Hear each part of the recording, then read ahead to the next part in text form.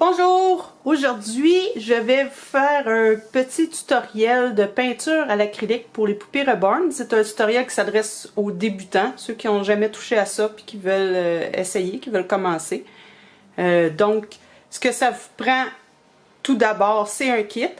Un kit, c'est des morceaux de vinyle qui viennent comme ça, tout blanc, pas peint, rien. Vous avez les pieds, la tête, les bras. Vous allez remarquer ici, il y a un petit creux. Ça va servir à attacher les pièces après le corps. Je vous montrerai à la toute fin comment le faire.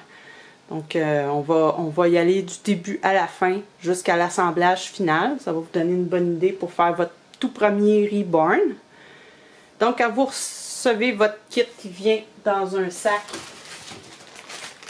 un sac comme ça, vous le sortez, vous l'examinez, vous assurez qu'il n'y a pas de craque, qu'il n'y a pas de points noirs, qu'il n'y a pas de difformité ou rien de ça. Vous l'examinez comme il faut pour voir que le vinyle n'est pas craqué. Normalement, tout est beau. C'est assez rare qu'il y ait des problèmes à ce niveau-là. Donc, ça vous prend votre kit.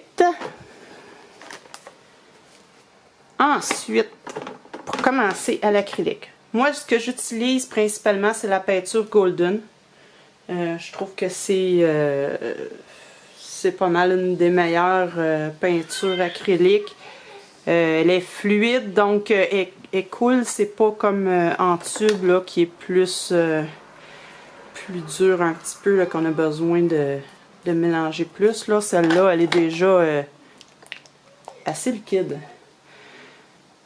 Donc ça, c'est la peinture, moi, que j'utilise. Il y en a qui aiment beaucoup la marque Liquitex. Il y en a qui vont utiliser des peintures pour les Reborn. Il y a Reborn FX que j'adore. Je trouve que c'est une excellente peinture. Je l'utilise aussi, mais juste certaines couleurs que ça ne me tente pas de mélanger. Là, je vais les utiliser beaucoup pour, par exemple, les petits replis de peau, pour le blush, des trucs comme ça, les petits détails. Donc, ça vous prend naturellement une gamme de peinture. On commence généralement, là, pour pas se casser la tête, on va y aller avec les 3 couleurs primaires. Quoi, du bleu, du rouge, du jaune. Les sortes de bleu, ben moi j'utilise le bleu de cobalt, mais vous pouvez y aller avec un peu n'importe quelle sorte de bleu. Rouge, moi ici c'est du rouge de cadmium moyen, j'ai du jaune primaire. Donc, vous y allez avec ce que vous trouvez. Ensuite, ce qui est intéressant d'avoir, même important d'avoir, c'est terre d'ombre. Terre d'ombre brûlée ou terre d'ombre naturelle. Moi, j'utilise la naturelle, mais ça pourrait être terre d'ombre brûlée.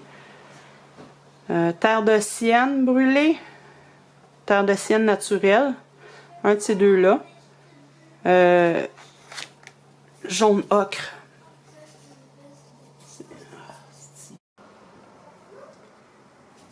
Donc, c'est ce que je disais, le jaune ocre. Ensuite, j'ai il appelle ça un chamois, couleur chamois. Ça pourrait être du blanc ou du blanc cassé. Moi, j'aime pas utiliser du blanc pur. Je trouve que ça peut donner un effet un peu crayeux sur la poupée si on en utilise trop. Ça, c'est un bon petit compromis. Ça sert, je m'en sers surtout pour les ongles, pour mélanger un petit peu avec mon rouge pour faire un rose. Surtout pour ça que je m'en sers. Je m'en sers pas énormément. Ensuite de tout ça, teal, une couleur un peu aqua ou turquoise pour les veines. Surtout pour les veines qu'on sert de ça. Donc ça, c'est les couleurs. Avec ces couleurs-là principales, vous devriez avoir tout ce qu'il faut là, pour faire une poupée du début à la fin en mélangeant. Par exemple, rouge et bleu, on va avoir un mauve, on peut avoir du vert, on peut... Bref, ça donne rien de s'encombrer de 50 millions de tubes de peinture. Ensuite, ce qui est bien important pour aller avec ces peintures-là, c'est le médium. Moi, j'utilise le super mat ou le mat médium de Golden. Ce qui est important avec un médium comme ça, c'est qu'il contient des agents qui vont faire tenir la peinture ensemble. Parce que si on mélangeait juste avec de l'eau, les pigments ils finiraient séparés. Ça donnerait pas un beau résultat à la longue. La durabilité de la peinture serait pas là. Elle fanerait beaucoup plus vite. Donc, il faut faire attention. Avec ça, il faut utiliser assez d'agents qui vont garder les pigments de la peinture ensemble. Ça vous prend de l'eau, eau distillée, préférablement, pas qu'il y ait de chlore ou d'impuretés comme ça. Moi, j'utilise mon eau ici du robinet parce que j'ai un puits artésien, donc c'est de l'eau déjà naturelle, là, qui n'a pas de chlore dedans, puis ça fonctionne très bien. Ce que j'aime bien utiliser aussi, qui est pas une obligation, mais que j'aime bien, c'est l'émulsion de peinture de Reborn FX.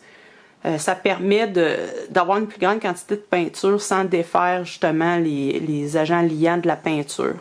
Je l'utilise des fois en complément avec le médium de Golden. Ensuite de ça, ce que ça vous prend à la toute fin pour terminer, c'est un vernis. J'utilise celui-là ou le Soft Touch. Ça donne un beau fini assez mat, assez doux, facile à utiliser, facile à appliquer.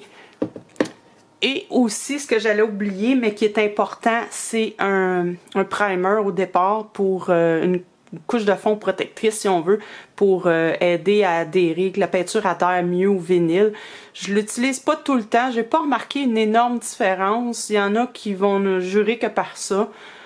Personnellement, ça dépend si mon kit est un petit peu huileux ou pas quand je le reçois. Pardon. Ça dépend si mon kit est un petit peu huileux ou pas quand je le reçois. Quand il est un petit peu huileux, qu'il y a des petites traces luisantes, je vais avoir tendance à l'utiliser. Ce que j'utilise, c'est le primer de Reborn FX, qui fonctionne très bien. On n'a pas besoin d'en appliquer beaucoup. Il est très efficace, puis il est très liquide, donc ça va assez bien pour l'appliquer. Sinon, c'est un sealer encore là de DecoArt. C'est un petit seller de base là, qui va aider à faire adhérer la peinture. Je l'aime moins un petit peu parce qu'il rend le vinyle un petit peu collant.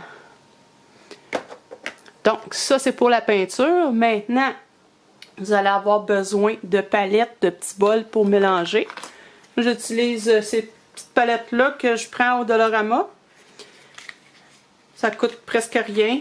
C'est lavable, réutilisable. Bon, lavable, plus ou moins bien lavé, mais bref, c'est réutilisable. C'est pratique. C'est juste la bonne quantité pour faire, par exemple, les marbrures ou les petits replis de peau. Là, ça, c'est parfait pour ça, mélanger en petite quantité. Quand j'ai des plus grandes quantités, je vais utiliser des petits bols en verre, petits bols bien simples. Encore là, Dollarama, vous allez trouver ça facilement. Ou, bon, un petit bol comme ça, ou n'importe quel petit bol que vous avez. En verre, c'est plus durable, ça se lave mieux qu'en plastique. Une chose à éviter que j'ai appris assez vite avec la peinture acrylique, c'est n'importe quelle palette qui a des angles, des carrés, des angles. Vous n'aimerez pas ça, nettoyer ça, je vous le garantis. La peinture acrylique, ça sèche. C'est pas comme de l'huile, ça sèche. Donc, essayez de nettoyer les petits coins qui a de la peinture séchée dedans, là. Bonne chance, c'est pas le fun. Ça, vous allez avoir besoin d'un plat pour votre eau pour nettoyer vos pinceaux. Moi, j'utilise ça ici. Ça peut être n'importe quel petit plat, un petit pot maçon, peu importe, pour nettoyer vos pinceaux. Parlant de pinceaux, ce qu'on va utiliser le plus, j'en ai sorti plusieurs ici. Vous n'avez pas besoin d'avoir tout ça pour commencer. Moi, c'est les principaux types de pinceaux que j'utilise. J'ai besoin de mes petits pinceaux plats. J'en ai différentes grandeurs, soit si je veux mélanger une plus grosse quantité ou une toute petite quantité, ou pour appliquer directement sur la poupée. J'utilise ça ici. Vous allez avoir besoin de petits pinceaux fins pour les détails, par exemple les veines. On va utiliser un avec le plus grand poil pour les veines. Pour les petits détails, les petits replis, les petits mini replis dans la main. Ça, vous allez avoir besoin de ça. Petite capillaire, là aussi, peut-être.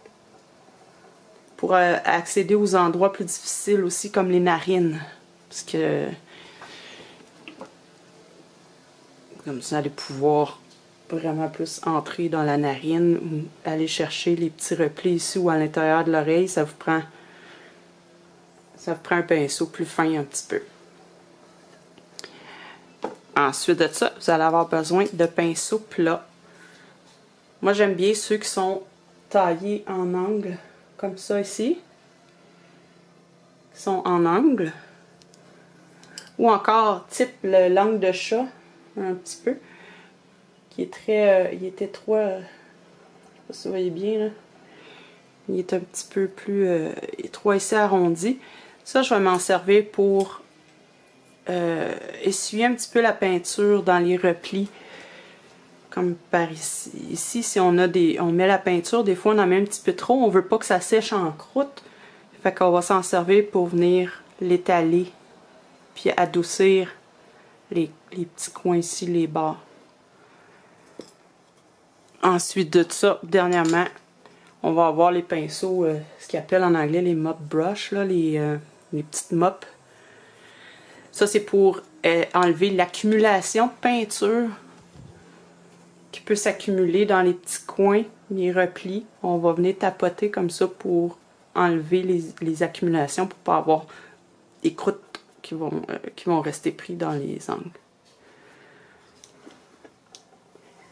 Et finalement, mon outil le plus important, vous n'êtes pas obligé d'utiliser ça. Vous pouvez y aller tout simplement au pinceau directement, appliquer sur la peinture, puis ensuite y aller avec la mop brush pour l'étendre partout, pour enlever les surplus.